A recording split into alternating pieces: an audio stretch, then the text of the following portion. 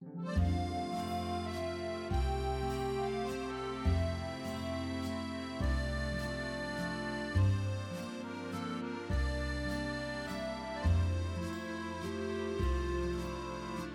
mes amis, c'est Pavel et le projet Mind Your Cash et vous êtes sur la chaîne qui est consacrée aux investissements et au trading. Dimanche, et comme tous les dimanches, nous sommes ensemble pour parler du business d'investissement. Pas que la bourse, parce qu'aujourd'hui nous parlons de l'immobilier. J'espère que vous avez vu la vidéo que je publiais hier où je présentais mon parcours avec toute la simplicité, toute honnêteté, comment ça s'est passé, comment ça a commencé pour moi. Si vous n'avez pas vu cette vidéo, elle est dans la description. N'oubliez pas. Alors vous savez, si vous avez déjà vu, que j'ai commencé par l'immobilier et dans cette vidéo, j'aimerais bien approfondir ce sujet, plonger dans ce monde de la pierre. Et vous allez pouvoir retrouver la vidéo où je présente mon patrimoine personnel dans la description à cette vidéo qui sera accessible aux abonnés premium. Nous allons voir les choses suivantes. Pourquoi il est important d'investir dans l'immobilier quasiment pour tout le monde, pratiquement sans exception. Après, je vais vous présenter comment moi je structure mon patrimoine, quelle est ma répartition cible que je voudrais avoir quand j'arrive par exemple à un certain point de ma vie qu'on appelle parfois la liberté financière. Et à la fin de cette vidéo, je vais aborder le sujet un peu compliqué, un peu discutable sur la résidence principale. Est-ce que c'est un investissement ou c'est une dépense? Mais avant de commencer d'en parler, n'oubliez pas mes amis de mettre un like, c'est hyper important pour soutenir cette chaîne gratuite. Pour vous, c'est juste un geste. Pour moi, c'est une véritable aide pour développer cette chaîne qui reste gratuite. Énormément de contenu que je délivre toutes les semaines. N'oubliez pas, s'il vous plaît, de faire cette petite geste en mettant la pouce bleue. Je vous rappelle également que je suis présent sur Telegram et sur le site mindyourcash.fr où vous allez avoir l'accès à tous les services Mind Your Cash. Voilà, nous allons commencer de parler de patrimoine. Comment d'ailleurs mon nouveau projet que j'ai démarré avec la vidéo d'hier qui s'appelle Mind Your Cash Patrimoine, comment il va être structuré. Donc, dans l'espace public de la chaîne que vous connaissez, je vais présenter la théorie d'investissement dans l'immobilier, comment ça se passe d'habitude, quelles sont les solutions, quels sont les instruments disponibles, etc., etc. Mais pour ceux qui sont les plus fidèles à Mind Your Cash, qui sont abonnés Mind Your Cash Premium, je vais présenter exactement mon parcours, je vais ouvrir mon patrimoine personnel, je vais parler où exactement j'ai investi, quels ont été les challenges, qui ont été les erreurs. Je vais présenter également les structures juridiques au sein desquelles je fais ces investissements. Vous allez voir que c'est vachement intéressant parce que j'utilise les leviers juridiques assez inhabituels. Donc je pense que pour certaines personnes, surtout pour ceux qui sont à son compte, ça va être particulièrement intéressant parce que vous pouvez s'inspirer de mon expérience et surtout, je vais partager avec vous les succès, les erreurs, les choses que moi je ferai aujourd'hui peut-être autrement et évidemment vous allez pouvoir ne pas commettre ces erreurs que moi j'ai déjà commises pour vous si vous voulez. Voilà, nous allons commencer cette vidéo par la question générale. Pourquoi il est important d'avoir l'immobilier dans son portefeuille global d'investissement? Certains disent que allez, je vais investir en bourse parce que la bourse rapporte 8% en moyenne sur X années. D'autres disent que moi je veux investir que sur les placements parce que voilà, donc on a la visibilité totale, c'est la sécurité, etc., etc. Donc l'investissement immobilier, pourquoi moi je considère toujours important, je suis vraiment heureux que j'ai pris cette décision de commencer par l'immobilier suffisamment tôt. Parce que l'immobilier, c'est un rare actif où vous pouvez investir à crédit. Je sais qu'aujourd'hui, le crédit, ça devient de plus en plus challenging pour l'obtenir. Ça sera le sujet de mes prochaines vidéos que je vais vous présenter soit la semaine prochaine, soit sur le site mindyourcash.fr. Mais de telle ou telle manière, on va parler beaucoup de crédit immobilier, sachant que les taux ont monté. Mais pendant les 10 dernières années, nous avons vécu dans un contexte exceptionnel pour les investisseurs immobiliers où les taux ont resté à zéro. Certes, que les prix qui étaient relativement chers, mais quand même, le problème de financement ne se posait pratiquement pas. Donc du coup, c'était un moment pour s'endetter, c'était un moment pour créer le levier afin de l'investir dans les supports rentables. Et l'immobilier, moi, je considère toujours comme un support rentable si on le fait correctement, si on a vraiment des bonnes habitudes à prendre quand on investit dans l'immobilier, qu'on n'achète pas n'importe quoi, qu'on ne fait pas emporter par n'importe quel programme de marketing sur Pinel ou choses comme ça, quand on est vraiment fixé sur la rentabilité, sur le cash flow et sur la gestion du risque. Vous savez, tous les investissements arrivent plus ou moins au même point final, c'est la gestion de risque. Donc si vous savez gérer les risques, quel que soit en bourse, dans l'immobilier, vous normalement devez arriver au résultat de manière assez sereine. Et donc l'immobilier, c'est un actif assez particulier. Pourquoi il est particulier? Parce que si vous allez voir votre banquier et vous allez lui dire Monsieur Dupont, est-ce que vous pouvez me prêter de l'argent pour investir en bourse? Même s'il s'agit des actions super solides, les actions vraiment qui sont considérées comme les actions de bons pères de famille, type Air Liquide, Total Energy, je sais pas, n'importe lesquelles, les actions de CAC 40, la réponse sera niet. C'est quasiment certain. Vous pouvez essayer, à moins que vous êtes un multimillionnaire, ils vont vous filer l'argent pour tout et n'importe quoi. La réponse sera non. En revanche, si vous venez voir votre banquier, peut-être un petit peu moins en ce moment quand les taux sont élevés, mais avant, c'était pendant plus qu'une décennie même, c'était absolument le cas. Si vous venez voir votre banquier et vous dites que moi, j'ai besoin de l'argent pour investir dans l'immobilier ou bien pour acheter ma résidence principale, il va vous dire oui avec un grand plaisir et les banques vont se mettre dans la queue pour vous financer votre projet d'investissement. Donc l'immobilier, c'est un support d'investissement qui est parfaitement adapté pour utiliser le principe qui est mis en avance par beaucoup d'investisseurs, notamment Robert Kiyosaki, l'utilisation l'argent des autres, other people's money. Voilà, donc l'immobilier, c'est parfaitement adapté pour ce type de financement des projets.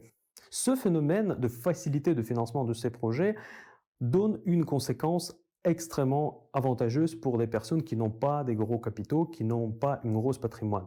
Parce que vous pouvez accéder très facilement à crédit immobilier, même si vous n'avez pas un très gros salaire ou bien vous n'avez pas des garanties absolument excessives pour assurer votre prêt. Donc, pour financer le projet immobilier, c'est accessible à beaucoup de personnes.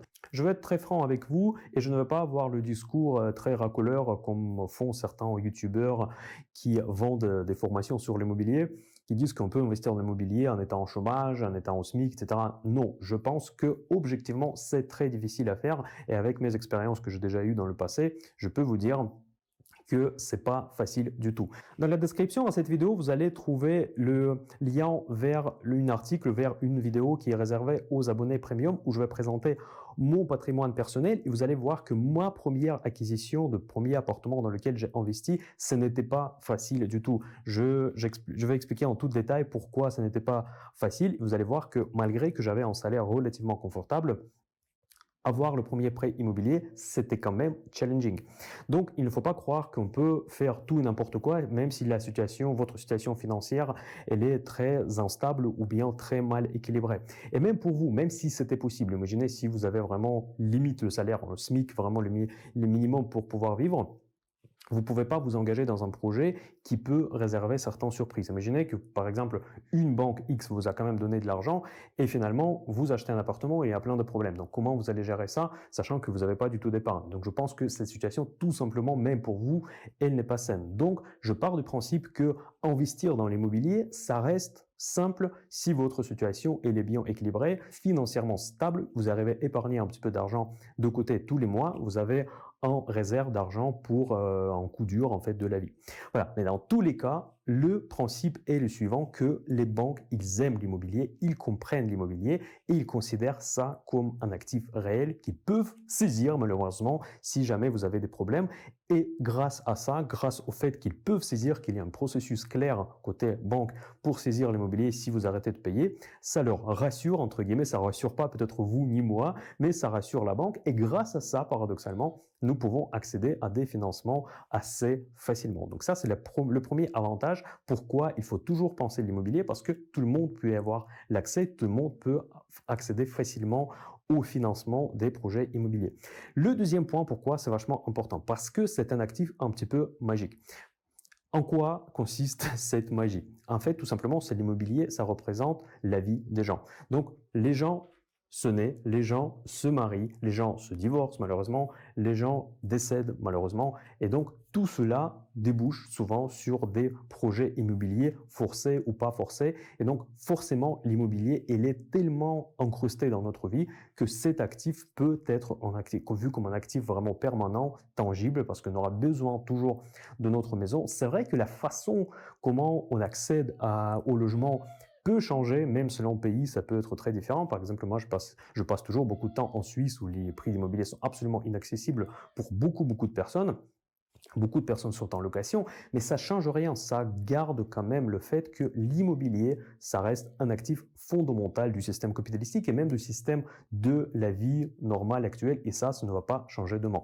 Je ne connais pas beaucoup d'autres actifs qui ont ces caractéristiques, paradoxalement, parce qu'on parle beaucoup de la bourse, par exemple, sur la chaîne Miner Cash, n'est-ce pas? On parle des différentes sociétés, les sociétés qui sont positionnées sur des nouvelles technologies, sur des anciennes technologies, mais même chaque société, si vous voulez, elle surfe sur une certaine vague. Par exemple, cette vague, elle peut être plus ou moins longue. Aujourd'hui, nous parlons des sociétés qui sont dans l'intelligence artificielle. Bon, l'intelligence artificielle, ça va durer une certaine période, ce hype. Après, le hype va retomber. Après, ça va remonter. Et bon, il y a toujours des hauts et des bas. Pour l'immobilier, il y a quand même une certaine stabilité de la demande. Il y a une stabilité de la façon comment on consomme, si vous voulez, les fruits qui sont portés par cet actif. Donc, pour moi, l'immobilier, c'est quelque chose vraiment stable et ça, c'est une caractéristique qui le rapproche au placement et pas vraiment à l'investissement à risque. Voilà, pour moi, ce sont deux avantages qui rendent l'investissement immobilier incontournable pour quelqu'un qui veut fonder un patrimoine ou bien faire développer son patrimoine existant.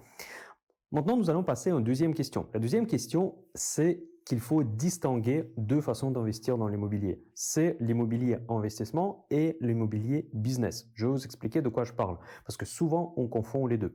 Souvent, quand je vois par exemple les formations sur Internet ou pas que sur Internet qui sont vendues sur l'investissement immobilier, on mélange régulièrement l'investissement dans les biens saisonniers, en fait, les locations à court terme, avec l'investissement à l'année. Donc pour moi, il y a une différence fondamentale. Je ne mettrai jamais les deux types d'investissement dans le même lot.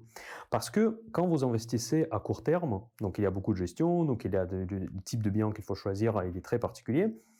C'est un investissement qui demande énormément de votre implication, énormément de votre temps. C'est très difficile de faire coexister cette approche d'investissement avec votre travail à temps plein, ce qui est majoritairement le cas pour nous, je pense que la plupart des personnes qui regardent la chaîne Miner Cash. Donc certains vont vous vendre une idée, c'est qu'on peut le faire quand même en étant en salarié quelque part, ou en étant à son compte, bon, en tout cas en exerçant une activité en temps plein. Moi, j'ai beaucoup de réserves par rapport à cette approche, même si en théorie c'est possible. En fait, il faut toujours garder en tête qu'il faut avoir l'esprit tranquille biche. C'est une expression que j'utilise souvent sur ma chaîne et il faut que l'investissement ne gâche pas votre vie. Donc, si vous arrivez éventuellement, je ne sais pas avec quelle méthode que vous allez appliquer pour faire coexister votre investissement au court terme, je ne sais pas, à la Côte d'Azur ou sur les côtes en Bretagne, des appartements en saisonnier, ça va vous créer quand même énormément d'ennuis. Même si vous déléguez la gestion, en fait, la délégation de la gestion, je vais faire des vidéos à part, il y a énormément d'arguments pour prendre certaines réserves par rapport à cette façon de gérer les biens. Je pense que parfois c'est inévitable, mais il ne faut pas rêver, il ne faut pas croire que ça va résoudre tous vos problèmes. C'est surtout ça le message que j'aimerais bien faire passer. Mais en tout cas, même si vous faites tout ça, l'investissement à court terme va toujours prendre votre temps, ça va toujours vous impliquer dans ce type de business. Donc, vous pouvez éventuellement faire coexister votre travail à temps plein, surtout si votre travail est relativement tranquille, mais en tout cas, votre vie, ça va devenir, je suis désolé pour l'expression, ça sera devenir un bordel total. Donc, ça veut dire que vous n'allez pas avoir de vacances, tous les week-ends, vous allez passer à gérer vos biens, tous les soirs, tous les pauses midi, vous allez faire quelque chose. J'ai passé par ces périodes et maintenant, même avec le projet Miner Cash pour préparer les vidéos et tout ça, donc déjà, je suis un petit peu dans cet esprit-là. Donc, j'espère que ça mérite un like, je le rappelle encore une fois. Mais en tout cas, ne suivez pas mon chemin de ce point de vue-là. Essayez toujours de trouver les investissements qui vont toujours avoir l'impact sur votre vie, sur votre temps personnel, sur votre temps libre. Mais en tout cas, il ne faut pas que cet impact soit trop important pour que ça bouffe tout votre temps personnel. Surtout ça, il faut garder l'équilibre de la vie privée et du business et des investissements. Voilà, je pense qu'il faut toujours garder ça en tête et avoir l'esprit tranquille biche pour équilibrer tous les aspects de la vie de manière proportionnelle. Voilà, et l'immobilier investissement, c'est tout autre chose. Donc, il y a des différentes stratégies. Principalement, la plus simple, la plus évidente, c'est la stratégie d'investissement à l'année. Donc, vous achetez un appartement, vous la louez traditionnellement, soit avec un bail meublé, soit avec un bail nu. Donc, dans tous les cas, vous avez un locataire qui reste un certain temps, vous percevez le loyer, ça vous demande quand même du temps. Il ne faut pas croire que vous allez louer et oublier. Donc, ça se passe jamais comme ça. Mais vous devez quand même vous investir, mais cet investissement personnel ne sera pas excessif comme ça sera le cas pour un investissement saisonnier. Donc du coup, il faut toujours séparer les deux types d'investissement.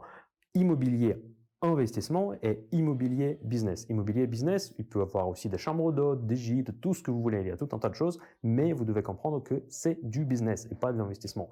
Et l'investissement pur, c'est là-dessus qu'on va se concentrer également. Dans cet investissement, il y a deux grandes catégories que nous avons déjà évoquées sur la chaîne Minder Cash, c'est l'investissement physique et l'investissement papier. Donc, c'est quoi le pierre papier? Pierre papier, c'est des produits financiers, notamment des foncières cotées, les REITs dont on parle régulièrement sur ma chaîne Minder Cash, et aussi les SCPI qu'on parle un petit peu moins, mais on va maintenant parler beaucoup plus parce qu'on parle du patrimoine. Vous allez voir que les SCPI ont des caractéristiques aussi également particulières qui vous permettent d'accéder facilement aux emprunts bancaires. Voilà, donc le deuxième point que vous devez retenir de cette vidéo, c'est qu'il faut distinguer l'immobilier tranquille, si vous voulez, l'immobilier investissement et l'immobilier qui bouffe tout votre temps libre, qui devient votre business. Et donc, si vous voulez y lancer, donc il faut vraiment être conscient de ce que vous faites. Maintenant, nous passons au troisième point qui est la répartition de l'immobilier physique. C'est le point principal de cette vidéo. Comment moi je vois cette répartition cible, la répartition, si vous voulez, idéale pour un investisseur classique. Avant que je vous montre cette répartition, ce fameux camembert, vous devez comprendre que cette répartition, elle est très subjective. Je la présente telle que moi je la vois. J'ai essayé de faire, comme on dit parfois, la température moyenne de l'hôpital. Donc j'ai essayé de moyenner de la moyenne pour vous présenter quelque chose de fiable, quelque chose qui me paraît faire du sens après toutes les expériences que j'ai eues. Évidemment, je parle de l'immobilier investissement. Quand vous faites les saisonniers, vous faites un autre type de placement immobilier qui demande beaucoup de votre temps libre, la répartition peut être toute différente. Donc si on parle purement de l'immobilier placement, la répartition idéale comme moi je la vois, vous allez la voir sur votre écran maintenant. Donc, il y a plusieurs blocs. Donc, le premier bloc, c'est Île-de-France. Donc, je vais donner mes commentaires par rapport à chacun des blocs. C'est pas le plus grand, mais c'est un bloc relativement grand en vert foncé. Cela veut dire que les risques locatifs sont les minimales par rapport quand on investit en Île-de-France ou bien à Paris. Ensuite, il y a un autre bloc qui est très vert aussi, ce que j'appelle la zone A. La zone A, c'est une zone très particulière et je vais en parler en détail et c'est la zone que je préfère. C'est pour ça qu'elle prend encore plus de place que l'immobilier en Île-de-France. Ensuite, la zone B. Donc la zone B, elle est rouge parce qu'elle représente les investissements dans les zones où les risques locatifs deviennent un petit peu plus importants. Cela veut dire quoi les risques locatifs? Cela veut dire que les locataires peuvent ne pas payer. Cela veut dire que les vacances locatives, selon la période entre le départ d'un locataire et le temps que vous avez retrouvé un autre, peut être plus long que sur les zones A et la zone de Île-de-France. Et donc, vous devez prendre en compte ces risques quand vous investissez dans ces zones-là. En revanche, les rendements dans cette zone B vont être également plus importants. Nous revenons traditionnellement au concept de la gestion du risque. Donc, plus le risque que vous prenez, plus il y a du rendement. Si vous êtes sur la chaîne Minder Cash depuis longtemps, vous savez que par exemple, quand j'investis dans les actions, je distingue 4 catégories, catégorie A, B, C et D. Et ici, vous voyez plus ou moins que 2 catégories, la zone A plus Île-de-France et la zone B qui est plus risquée. Pourquoi il y a une telle différence? Je pourrais aussi séparer de manière un petit peu plus granulaire, n'est-ce pas? Et la raison, elle est bel et bien différente. Parce que si je descends en qualité, si vous voulez, si je commence à investir vraiment dans des endroits où il y a des risques locatifs très importants, ça peut vous mener dans des projets catastrophiques, contrairement aux actions. Si vous suivez les règles de la diversification équilibrée, dans ce cas-là, vous pouvez effacer une partie de votre risque. En immobilier, c'est beaucoup plus difficile. Déjà, pour avoir de la diversification, il faut vraiment investir beaucoup. Je ne pense pas que ça sera accessible à tous les profils d'investisseurs. Et en plus, si vous rentrez dans les problèmes, ça peut être des problèmes qui sont liés aux locataires, les problèmes sociaux qui sont très difficiles à résoudre. Et ce n'est pas uniquement les problèmes d'expulsion. Il peut y avoir vraiment des problèmes qui peuvent être dangereux, tout simplement de point de vue juridique, et pas d'ailleurs que de point de vue juridique si vous allez dans les secteurs problématique, si vous voulez. Donc c'est pour ça que moi je m'arrête sur les zones A et Île-de-France, plus la zone B qui est tout le reste, plus ou moins les villes importantes de la France où il y a quand même de la demande locative, où on peut avoir les investissements tranquille biche. Peut-être j'ai dû changer la couleur, pas mettre rouge, mais mettre un petit peu orange, parce que le rouge ici, ça ne va pas dire nécessairement ce que c'est très risqué.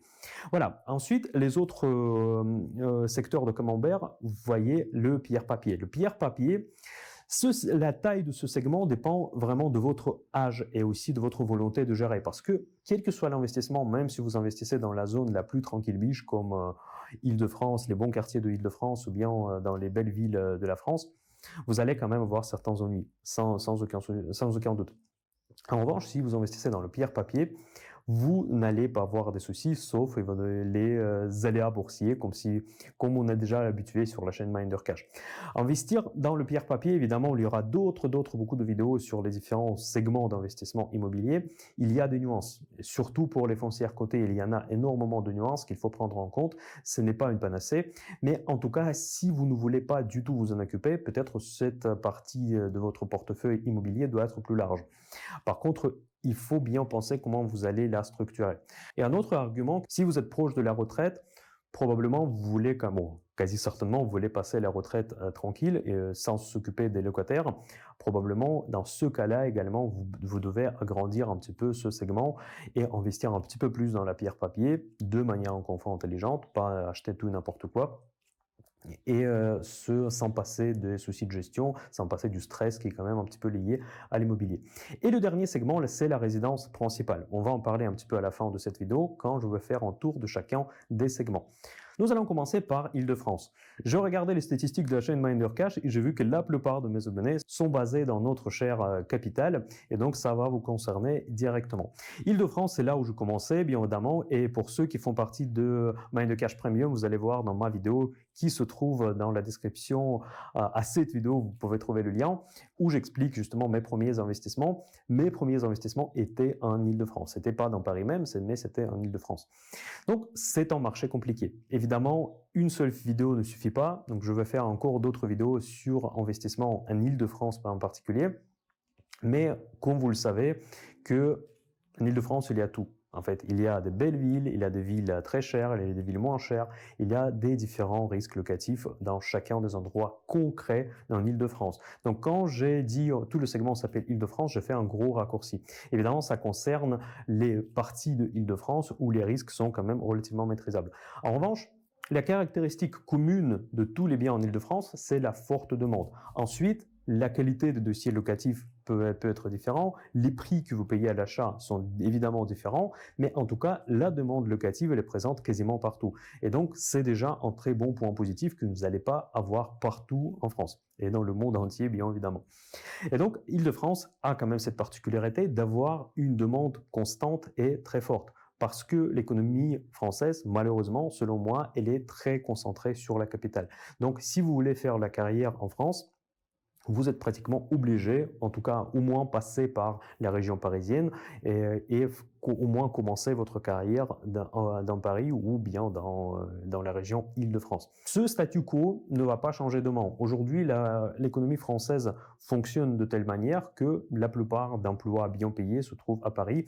Je sais que certains emplois sont maintenant dans les autres villes, mais si on généralise, moi je suis obligé de généraliser parce que je ne connais pas qu'est-ce que vous faites exactement, donc la plupart du business se fait dans Paris. Donc forcément, cette tendance que la demande locative dans Paris va rester forte, quelles que soient les évolutions, quel que soit le changement de façon de travailler, télétravail, etc. Ça va avoir de l'impact, mais ça ne va pas avoir un impact que ça change complètement les règles du jeu. Selon moi, encore une fois, ça peut changer les règles du jeu pour d'autres villes, mais pour l'Île-de-France, ça va rester quand même une ville relativement épargnée de point de vue d'impact sur la demande locative. Une autre particularité de l'Île-de-France qui est souvent mise en avant, c'est le potentiel de hausse des prix. Actuellement, nous sommes en 2023, juin 2023, et moi je m'engagerai plus trop sur cet aspect-là parce que les prix sont montés tellement haut qu'il est très difficile de parler de capacité de hausse. Je sais que depuis 20 ans, on dit ça. Moi, j'ai fait mon premier investissement que je présentais à mes abonnés, que je fais en 2007. À l'époque encore, on me disait que c'est trop cher. Et donc, 2007, c'est quand même il y a 15 ans. C'est déjà une période relativement longue pour faire un certain bilan. Je peux vous dire que je n'ai pas regretté de point de vue de la croissance du prix. Et aujourd'hui, je risque d'être me retrouver un petit peu dans cette situation-là, quand aujourd'hui en 2023, à quelqu'un qui est jeune, je veux dire que c'est trop cher à Paris, il faut attendre que ça baisse. Je prends un risque. Je vais rien dire, tout simplement. Je vais rester neutre. Je vais tout simplement dire que je ne miserai pas sur une croissance extrêmement importante des prix. À l'époque, quand j'ai acheté en 2007, j'ai fait pareil. Je n'ai pas misé sur la croissance des prix de l'appartement que j'ai acheté. J'ai misé surtout sur la location. Bon, je ne veux pas rentrer en détail parce que ça sera expliqué dans une vidéo dédiée à mon patrimoine personnel. Voilà. Donc, aujourd'hui, c'est à vous de choisir. C'est à vous de prendre la décision. Si vous attendez que les prix vont monter encore à Paris, c'est possible. Par exemple, dans le contexte de l'inflation, ce n'est pas exclu. Mais parier sur ce phénomène aujourd'hui en 2023, je pense que ça comporte un certain risque. Par exemple, en Suisse, encore une fois, je vous donne un exemple d'un pays que je connais assez bien. Aujourd'hui, les prix sont arrivés à un certain niveau inabordable pour certaines personnes, pour beaucoup de personnes, et finalement, pour aller plus haut, c'est un petit peu compliqué. Maintenant, nous allons regarder la zone A. La zone A prend la plus grosse place dans ce camembert et c'est une généralisation, sans aucun doute. Mais l'idée, c'est d'investir dans les grandes villes de la France où il y a une demande locative suffisamment importante. Ce n'est pas uniquement les villes, ça peut être des régions un peu particulières où l'activité économique est très très forte. Pourquoi ce segment est plus grand que celui de Île-de-France? Parce que moi je trouve que la zone A représente plus d'intérêt en termes de rendement-risque. Donc vous investissez dans les zones où il y a une grosse demande et une grosse activité économique. En revanche, vous n'avez pas les prix parisiens. Donc il faut toujours comparer la valorisation, un peu comme la bourse. Donc, de toute manière, quand on parle d'investissement, ça revient toujours à la même chose. Il faut comparer le rendement par rapport au risque. Au moins, la partie du risque que vous prenez quand vous investissez dans l'immobilier, c'est le prix à l'achat. Comme on dit parfois, et même très souvent, que la bonne affaire se fait à l'achat. Et du coup, c'est très difficile de faire une bonne affaire en Île-de-France par rapport à d'autres villes dans notre hexagone. Quelles sont ces villes? Évidemment, on peut facilement deviner, il s'agit de Bordeaux, Lyon, Montpellier, Marseille. Marseille, c'est un secteur très particulier, vu que je suis dans le sud de la France, je connais assez bien. Donc, il y a une partie de Marseille qui correspond tout à fait aux critères de la zone A, d'autres moins.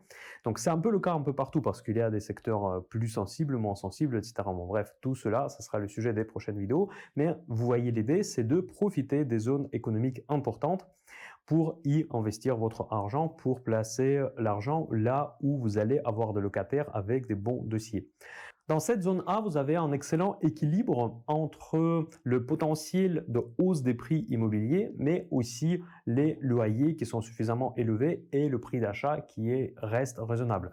Ça dépend évidemment, encore une fois, des secteurs concrets où vous investissez. Maintenant, nous allons parler de la zone B. Et ça, c'est vachement intéressant parce que ce sont les villes où l'activité économique est les moins importante. Par contre, vous allez payer en prix très très accessible à l'achat.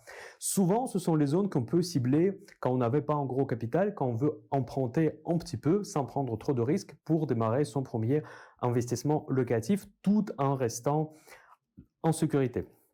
Il faut bien choisir les secteurs parce qu'évidemment, ça c'est une généralisation encore plus importante que pour la zone A parce que ça peut être des secteurs de niche en France, ça peut être des villes petites, moyennes, plus ou moins dynamiques. Par contre, il faut faire attention et éviter vraiment les zones, notamment dans le centre de la France, il y en a beaucoup, on peut voir les rentabilités théoriques, entre guillemets, très très élevées. Par contre, vous allez avoir beaucoup de problèmes de louer. Donc évidemment, on va parler de tout cela beaucoup plus en détail.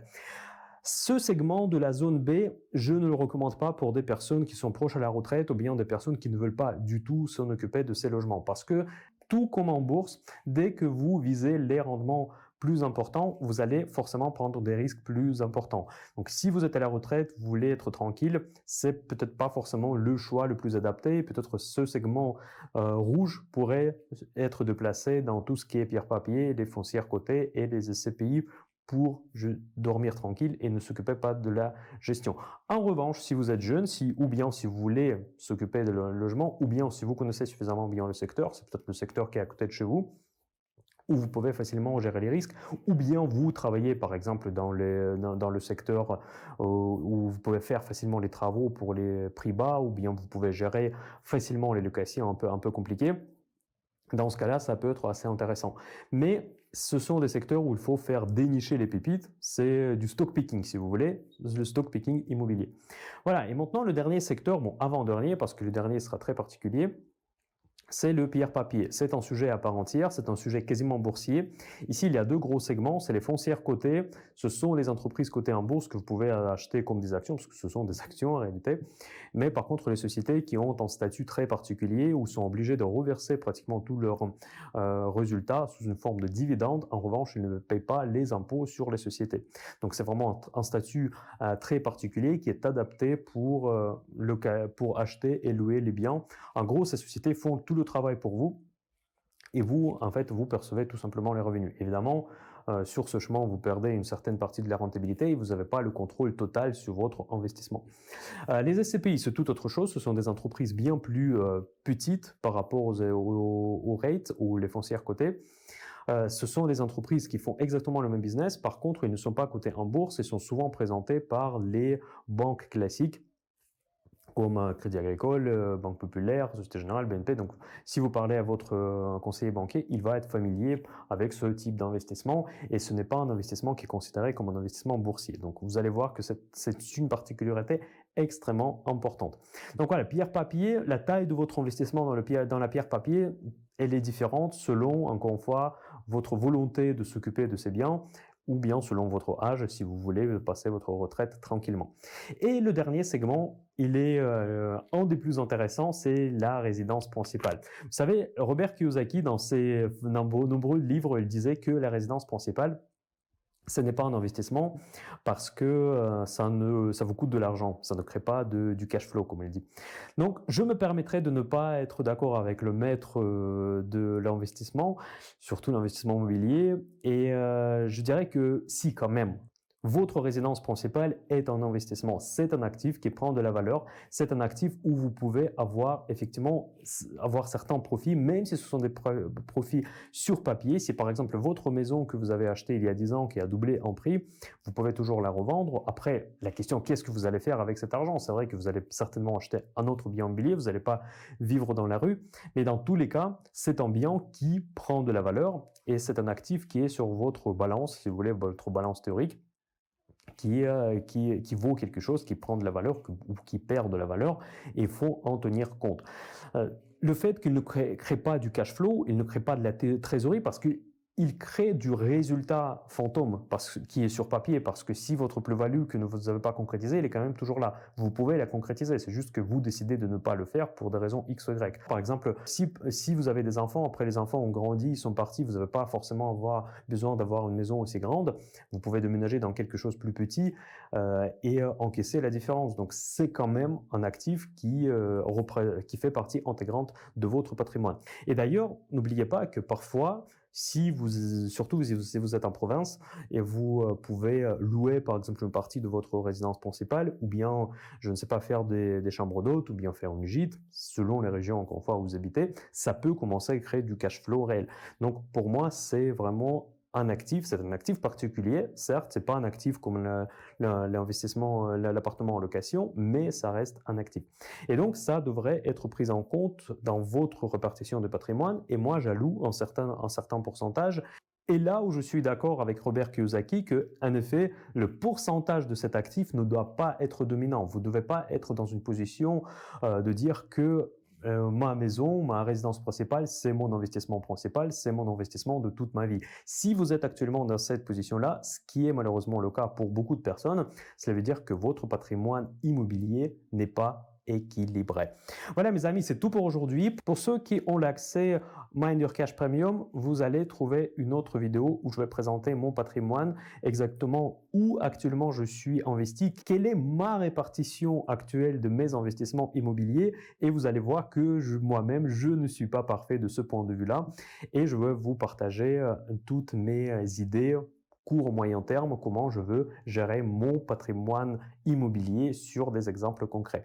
N'oubliez pas en like, s'il vous plaît, partagez avec moi dans les commentaires si ce format vous plaît, si ces informations que je vous présente aujourd'hui sont intéressantes. Nous allons continuer de cette manière. On ne parlait pas que de l'immobilier, on va parler de placement, on va parler de patrimoine en général et c'est le but du projet Minder Cash Patrimoine. À très bientôt Emmanuel Cash, bye bye.